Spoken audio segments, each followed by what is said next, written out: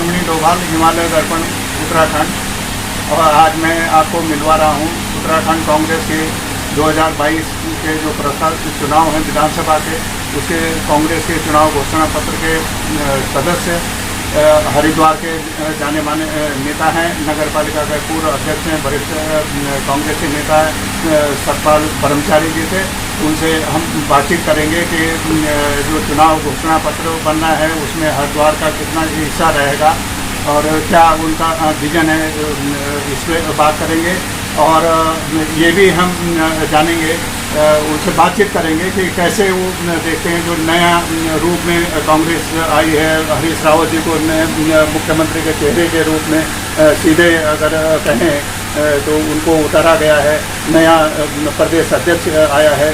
और जो हरिद्वार की कांग्रेस की अलग समस्या हैं, उन समस्याओं को कैसे पार पाएगा। तो मैं सबसे पहले आपसे ये जानना चाहता हूँ, क्या मैं 2022 के विधायक से बात कर रहा हूँ क्या? देखिए, विधायक तो बाद की बात है। मैं तो केवल इतना कह सकता हूँ, डोभाल जी, आपने हरिद्वार को देखा, आपने घोषणा पत्र की बात की, माननीय हरीश रावत की बात की, गोंदियाल जी की बात की। केवल हमारा जो पक्ष होगा हरिद्वार के बारे में, जो मैं सदस्य बना हूँ, मेरी प्राथमिकता हरिद्वार के लिए रोजगार, शिक्षा और स्वास्थ्य। और आप देखते हो हरिद्वार में थोड़ी सी बारिश होने के बाद 5-5, 8-8 फुट पानी भर जाता है। ये बहुत पुरानी समस्या है। मैं घोषणा पत्र का सदस्य होने के नाते पहली मेरी प्राथमिकता केवल ये 4 की रहेगी। नंबर 1 पे रोजगार युवाओं को, नंबर 2 स्वास्थ्य और शिक्षा।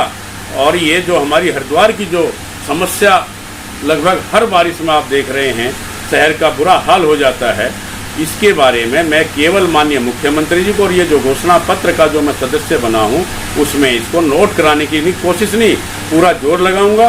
और मुझे पूर्ण विश्वास है कि माननीय हरीश रावत जी, गोंदियाल जी और प्रीतम सिंह जी मिलकर के इस समस्या का हल जरूर करेंगे, ऐसा मेरा मानना है। देखिए, भारतीय जनता पार्टी ने हरिद्वार की जनता को छला है, स्वप्न दिखाए हैं, चाहे उत्तरी क्षेत्र हरिद्वार का हॉस्पिटल का मैटर हो, रोज कह देते हैं आज हो रहा, कल स्वाग इसका नींव रखी जाएगी, इसकी पैमाश हो गई है।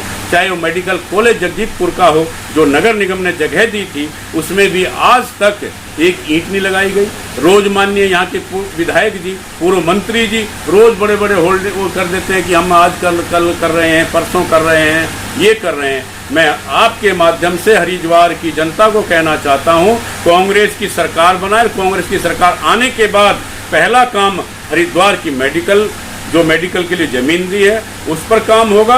और उत्तरी क्षेत्र जो हरिद्वार का बिल्कुल एक साइड है, ना यहाँ सीवर की व्यवस्था है, ना कोई हॉस्पिटल की व्यवस्था है, न कोई अच्छी व्यवस्था इस क्षेत्र में शिक्षा की है। हमारा ये काम होगा कि हम पूरे हरिद्वार को ऐसा शहर बनाए जो विश्व में पहले माँ गंगा की कृपा से जो पूरे विश्व में प्रसिद्ध हरिद्वार, यहाँ आने वाला चाहे वो तीर्थयात्री हो, चाहे पर्यटक हो, चाहे और अन्य तरह उद्योग भी बहुत लगे हैं, उद्योगपति हों, एक मैसेज जाना चाहिए कि हरिद्वार नगरी हिंदुस्तान की, जिस तरह से अभी इंदौर को हम देखते हैं, बेंगलोर को हम देखते हैं, ठीक है, यहाँ पर यात्री खूब बहुत मात्रा में आता है, उसकी व्यवस्थाएं भी विशाल हों।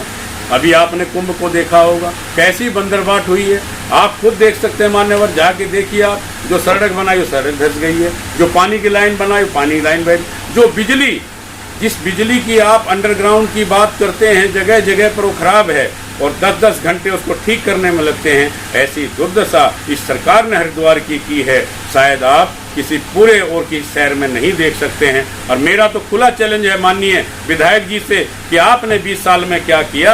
आप कहते हैं कि अंडरलाइन कर दी, आप देखिए इनकी जांच, नमामि गंगे, अमृत गंगा, पता नहीं कितने कितने इन्होंने वो बना रखे हैं, इसमें इसका बजट, केवल बजट को ठिकाने के लिए इस सरकार ने काम किया है। और मैं तो खुद कहता हूँ खुद सारी सरकारों की सीबीआई से जांच करा लें कि किस व्यक्ति ने कितना काम किया है। आपने मुझे मौका दिया था चेयरमैन बनने का, हरिद्वार की जनता की बड़ी कृपा रही थी मुझ पर, और कांग्रेस पार्टी का नुमाइंदा होने के नाते जब सरकार तिवारी जी की थी, हमने यहाँ पर 2 हॉस्पिटल दिए, 2 स्टेडियम दिए। आप पूछ सकते हैं 132 kV के बड़े बड़े बिजली के घर दिए, CCR दिया। आपने कम से कम सरकार से पूछिए तो आपने क्या दिया है? क्या किया है विधायक जी ने 20 साल में? मैं खुले चैलेंज से कहना चाहता हूं, माध्यम से, आपके माध्यम से, आप एक काम वो बता दें, चाहे वो मेला हॉस्पिटल हो, महिला हॉस्पिटल हो, चाहे ज्वालापुर का छोटा हॉस्पिटल हो, आप देख सकते हैं किसके कार्यकाल में बना, किसकी संस्कृति पे बना। लेकिन दुर्भाग्य की बात है कि हरिद्वार की जनता इस भाई के छलाव कपट में आ जाती है और नुमाइंदा चुन लेते हैं। आज हरिद्वार को आप देख रहे हैं, ना शिक्षा है, ना रोजगार है, ना स्वास्थ्य है, क्या है यहाँ पर? आप देखिए, इतनी बड़ी नगरी, आपने कुंभ में पोल खोली होगी कि कोविड की जांच के नाम पे करोड़ों रुपए का फर्जीवाड़ा। अरे शर्म आनी चाहिए जो बाहर के यात्री कहते हैं हम हरिद्वार आए नहीं और हमारी जांच हो गई। आपने एक ये बात की है, बरसात का मौसम भी है कि जल निकासी की, तो 5 साल आप नगर पालिका के अध्यक्ष रहे हैं, तो ये समस्या तब भी थी, तो बहुत कुछ जल निकासी की व्यवस्था हो पाई है, आपके कार्यकाल में भी नहीं हुई है, तब कांग्रेस की भी सरकार थी और ये समस्या हमने प्लान बना दिया था इसका। दुर्भाग्य से दोबारा मुझे मौका नहीं मिला। 2012 में मुझे कांग्रेस पार्टी ने टिकट दिया, मैं थोड़े वोट से हार गया। रही बात चेयरमैन के कार्यकाल, चेयरमैन के अधिकार सीमित होते हैं, बजट सीमित होता है, लेकिन फिर भी हमने चेयरमैन हटने के बाद भी माननीय रावत जी जब सरकार के मुखिया बने, हमने 50 लाख रुपए की लागत से, जो आज भी वहाँ पर 4 बोरिंग टैंक वो लगे हुए पंपिंग सेट, वो सतपाल ब्रह्मचारी की देन थी। आप पूछ सकते हो किसी को, 24 घंटे के अंदर हमने ये काम कराया था और उनको सुचारू रूप से अगर अब भी चला दिया जाए, ये नाले साफ हो जाएं, जो करोड़ों रुपए लगाकर वहाँ नाले बनाए हैं, उनकी व्यवस्था आप देख सकते हो, उनकी दुर्दशा देख सकते हो। केवल और केवल 2-3 करोड़ रुपए खराब करने का काम किया। हमारा प्लान था कि वहाँ के पानी को या तो BHL के द्वारा या फिर ज्वालापुर दुर्गा घाट तक नाला बड़ा बना करके उसको उधर ले जाया जाए, क्योंकि यहाँ पर तो एक कारण और था, मैंने एक प्रस्ताव दिया था कि जो रानी, ये जो हमारा चौक है, यहाँ से भगत सिंह चौक से लेकर के एक पाइपलाइन बड़ी गंगा के नीचे से, गंगा नहर के नीचे से,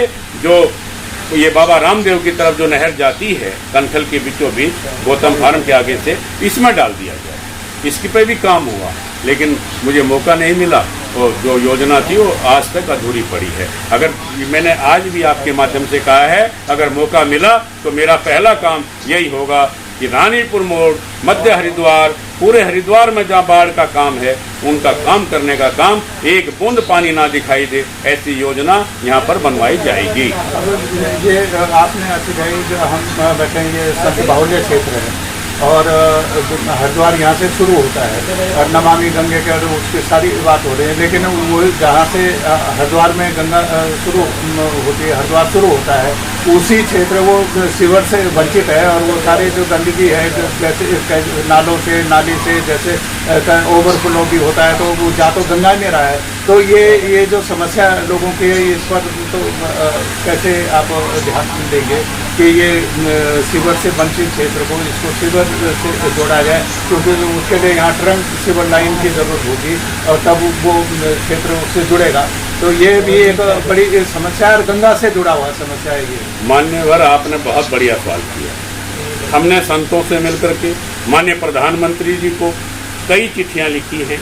हमारे साथी हैं मास्टर सतीश जी, उन्होंने बहुत प्रयास किया।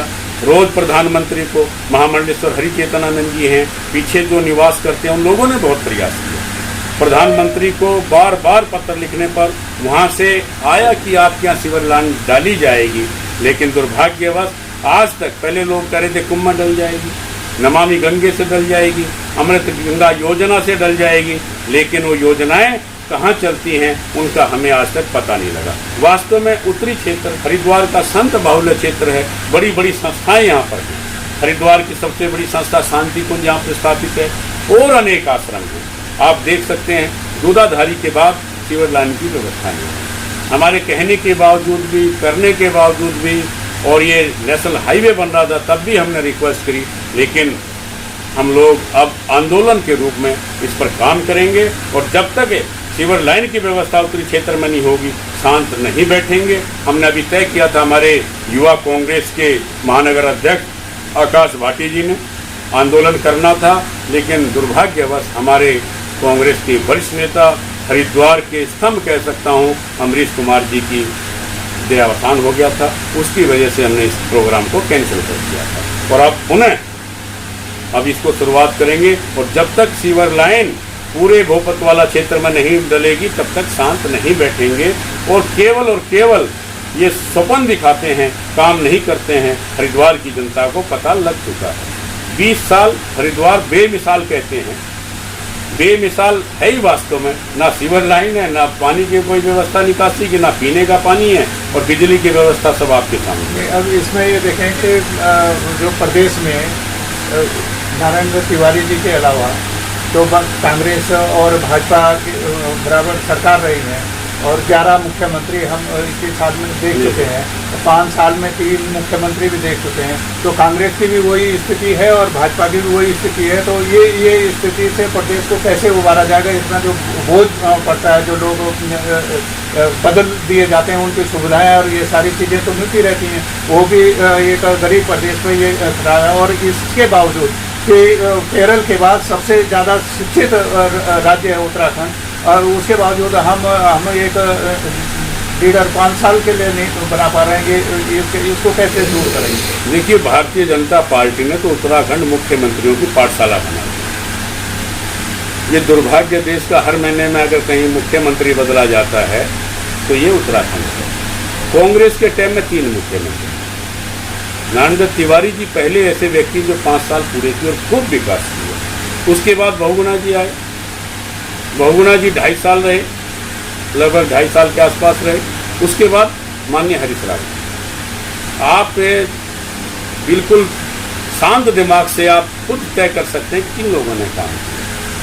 रही बात हरिद्वार के विकास की, आप कह रहे हैं भाई हरिद्वार में क्या किया।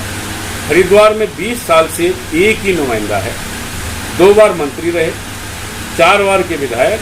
क्या उनकी योजना नहीं थी कुछ हरिद्वार के बारे में?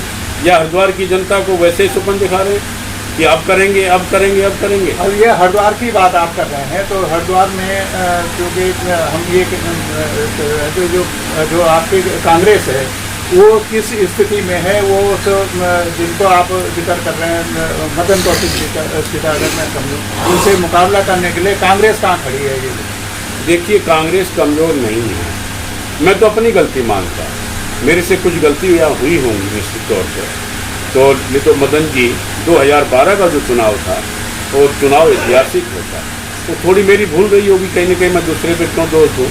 अगर आगे न वाले समय में आप देखेंगे, अब हरिद्वार की जनता समझ चुकी है कि कौन लोग काम करने वाले हैं। तिवारी जी ने कोई कसर नहीं छोड़ी हरिद्वार में काम करने के लिए, और हरीश रावत जी ने कोई कमी नहीं छोड़ी। आप आश्वस्त हैं कि 2022 में कांग्रेस का टिकट आपको मिलेगा और आप बीजेपी को आप हरा पाएंगे? देखिए, कांग्रेस का टिकट किसी को भी मिले, कांग्रेस का जिसको टिकट मिलेगा हम उसका काम करेंगे और कोशिश करेंगे यहाँ से इस बार कांग्रेस का नुमाइंदा जीत के जाए। आपका प्रतिद्वंदी कौन है कांग्रेस में? मेरा प्रतिद्वंदी सारे हम साथी हैं, जिसको भी टिकट मिलेगा, कोई प्रतिद्वंदी नहीं है, सबका अधिकार है टिकट मांगने का, लेकिन टिकट एक को मिलेगा, जिसको मिलेगा उसके साथ काम करेंगे। ये कांग्रेस के वरिष्ठ नेता और उत्तराखंड कांग्रेस के जो चुनाव घोषणा पत्र समिति के जो सदस्य पूर्व पालिका के, उनसे बातचीत कर रहे थे हिमालय दर्पण उत्तराखंड से। मैं रतनमणि डोभाल, हिमालय दर्पण उत्तराखंड, हरिद्वार।